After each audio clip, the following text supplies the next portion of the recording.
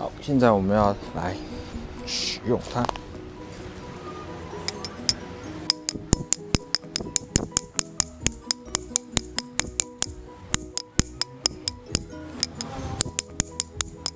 如何安装焚火吊挂架这部分？那是因为我现在用的是广角镜啊，所以会比较呈现歪的一点状态。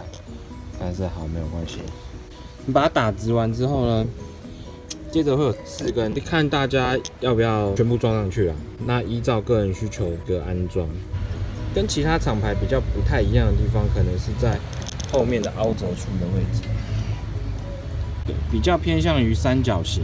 我们没有去做成一个圆形的状态，是因为在圆形的情况底下，很容易挂东西，然后还要拿起来的时候，本身危险，非常危险。那怎么装？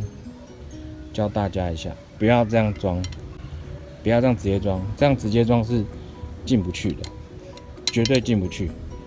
好，那斜的45度，斜的45度，斜的45度。斜的45度，对，不要这样子，然后往上拿，往上拿会觉得很卡，一定要是斜的，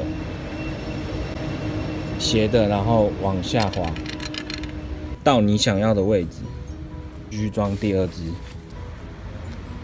往上扬，再往下到你要的长度，往下搬，然后你再放你的重物，然后再来一样做像刚刚的动作。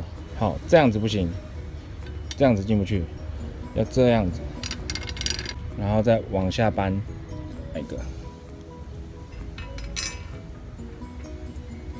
OK， 那装的时候过程可能会比较卡卡的，就是因为我们设计成三角形的状态，上面如果有焚火台，那你要调整高度的情况下，不会让这个铁架倒下来，这样子。好，